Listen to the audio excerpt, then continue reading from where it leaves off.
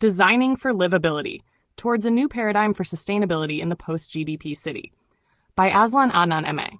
The rejection of GDP as the sole measure of progress heralds a seismic shift in how we conceive, plan, and build our urban environments. As argued in The Growth Delusion is Dead, the 21st century must break free from the narrow and increasingly irrelevant metric of economic growth. Nowhere is this more urgent than in the physical shaping of our cities. The implications for urban planning, urban design, and architecture are profound. A new paradigm is emerging, one that aligns the built environment with ecological balance, social well-being, and long-term resilience, rather than short-term output. For much of the 20th century, urban planning and architecture have been harnessed in service of growth-centric policies. Cities sprawled to accommodate ever-expanding industrial zones. Highways were prioritized over green corridors, and vertical expansion became synonymous with economic success. This top-down logic equated prosperity with development, and development with construction, often at the expense of communities and ecosystems. In the post-GDP age, planners and designers must ask different questions. Instead of, how can we maximize throughput and economic output, we must ask, how can we optimize for human flourishing within planetary boundaries? This implies a shift from quantity to quality, from expansion to regeneration. Designing for shrinking populations. Urban development has long been predicated on perpetual growth. Yet many societies, from Japan and South Korea to parts of Eastern Europe and even post-industrial regions in the global north, are now facing the realities of demographic contraction. This presents a unique opportunity to design cities not for sprawl and expansion, but for consolidation, adaptation, and improved quality of life. Instead of leaving vacant lots and abandoned buildings to blight the urban landscape, planners can repurpose these spaces into community gardens, microforests, and flexible public infrastructure. Designing for fewer people does not mean designing for decline. It means liberating ourselves from the tyranny of growth and planning for sustainability, equity, and resilience. Reframing mobility and status to transport infrastructure must reflect this shift as well. The 20th century enshrined the private car as the ultimate symbol of progress and prosperity. But in cities like Bogotá, under the leadership of former Mayor Enrique Peñalosa, a new ethic emerged. As he famously stated, "A developed country is not a place where the poor have cars. It's where the rich use public transportation." This sentiment upends the prevailing logic of status and consumption. It signals a broader reorientation of urban design toward accessibility, shared spaces, and dignity for all, rather than convenience for the few. Introducing Walk Score. Measuring urban livability. As we move towards more compact, efficient, and human-centered cities, it becomes essential to measure how well neighborhoods meet the daily needs of their residents without reliance on a car. Walk Score is a widely adopted metric that quantifies the walkability of a location based on its proximity to key amenities. These include grocery stores, schools, parks, libraries, cafes, public transport, medical clinics, entertainment venues, and banks, ATMs. Scores range from 0, car-dependent, to 100, walker's paradise, offering a clear, data-driven assessment of urban livability. High Walk Score neighborhoods tend to support local economies, improve public health outcomes, reduce greenhouse gas emissions, and foster social interaction. In essence, a high Walk Score is not only a sign of convenience, but of equity and sustainability.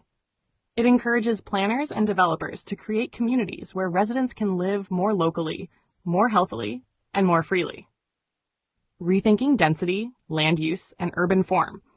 Traditional zoning that separates residential, commercial, and industrial areas reinforces car dependence and social isolation. Mixed-use developments, pedestrian-friendly urban cores, and the 15-minute city model, where one's daily needs can be met within a 15-minute walk or bike ride, are becoming essential strategies in the post-GDP era. Walk Score helps validate and shape these initiatives by making walkability visible and measurable, driving a new kind of competition among urban districts. Not for economic output, but for livability. From concrete jungles to villages of the future, urban sprawl has produced soulless, anonymous landscapes, vast concrete jungles devoid of identity or connection. In response, Planners are increasingly turning toward a model that reimagines the city as a collection of interconnected villages, each one walkable, mixed-use, community-focused, and culturally distinct. This approach fosters local economies, reduces the need for long commutes, and cultivates a sense of belonging. Instead of designing for centralized efficiency, we must design for decentralized vitality. Reviving the dead zone, fixing the modern CBD. One of the most glaring symptoms of GDP obsession is the traditional Central Business District, or CBD, a sterile, office-dominated zone that comes alive at 9 a.m. and empties into silence by dusk. These monocultural districts are inefficient and environmentally costly, yet still widespread. Worse, they can become hotspots for crime and antisocial behavior at night, due to poor surveillance, lack of activity, and minimal residential presence. Designing for safety must be integral to modern urbanism. The principles of crime prevention through environmental design, CPE, advocate for increased natural surveillance, active ground floors, good lighting, and mixed-use layouts to prevent crime and enhance perceptions of safety. Vibrant, lived-in spaces deter criminal activity far better than CCTV and police patrols alone. To activate these zones, planners should embed residential development directly within the CBD, encouraging high-rise living that integrates work, leisure, and culture. These residential towers should include communal rooftops, gyms, co-working spaces, creches, food courts, bars, 24-hour cafes, galleries, and small performance venues to ensure life continues well into the night. In doing so, we don't just repopulate the CBD, we reinvent it. Eliminating the commute. A better life within reach. Perhaps the most revolutionary impact of integrating housing into the CBD is the elimination of the daily commute.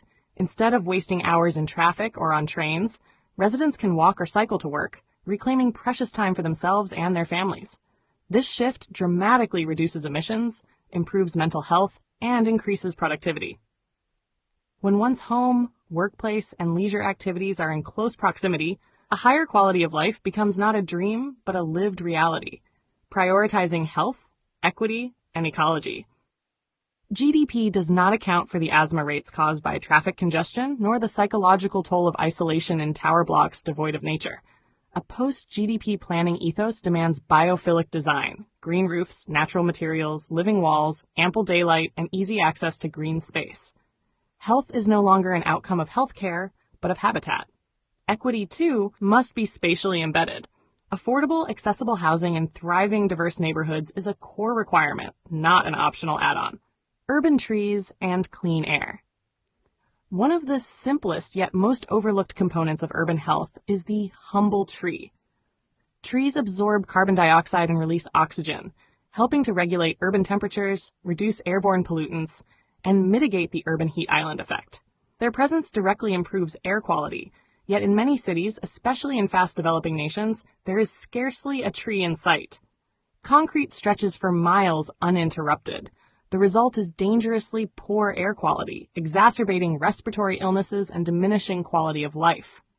Planting and preserving urban trees must become a central priority, not as decoration, but as life support infrastructure. Architecture beyond spectacle.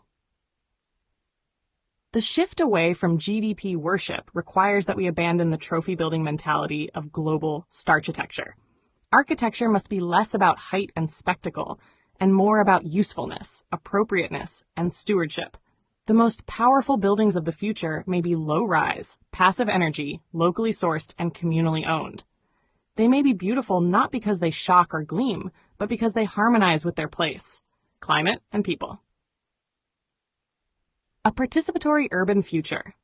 Planning must no longer be the preserve of technocrats armed with economic forecasts. It must become a democratic process, engaging citizens directly in shaping the environments they live in. Indigenous knowledge systems, cooperative housing models, neighborhood councils, these are not fringe ideas, but core components of a post-GDP urbanism rooted in dignity and plurality, from resilience to regeneration. The goal is not simply to make cities more resilient to crisis, but to make them regenerative by design. Cities must actively repair the social and ecological fabric, harvesting rainwater, composting waste, generating local energy, and fostering biodiversity. A regenerative city doesn't just sustain life, it enhances it. Conclusion. The death of the growth delusion is not a loss. It is liberation. It frees us to rediscover what cities were always meant to be: places of encounter, creativity, nourishment, and memory. Urban planners, designers, and architects now stand at a vital threshold. The cities we design today will determine not only how we live, but whether we live well. By reimagining our built environment through the lens of sustainability, inclusivity, and ecological sanity, we can ensure that our cities become not monuments to GDP, but living expressions of balance, beauty, and belonging.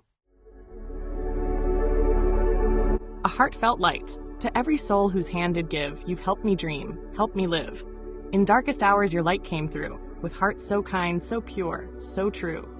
Your gifts, like stars in deepest night, have steered me gently toward the light. Each coin, each word, each silent prayer, a thread of hope so rich, so rare.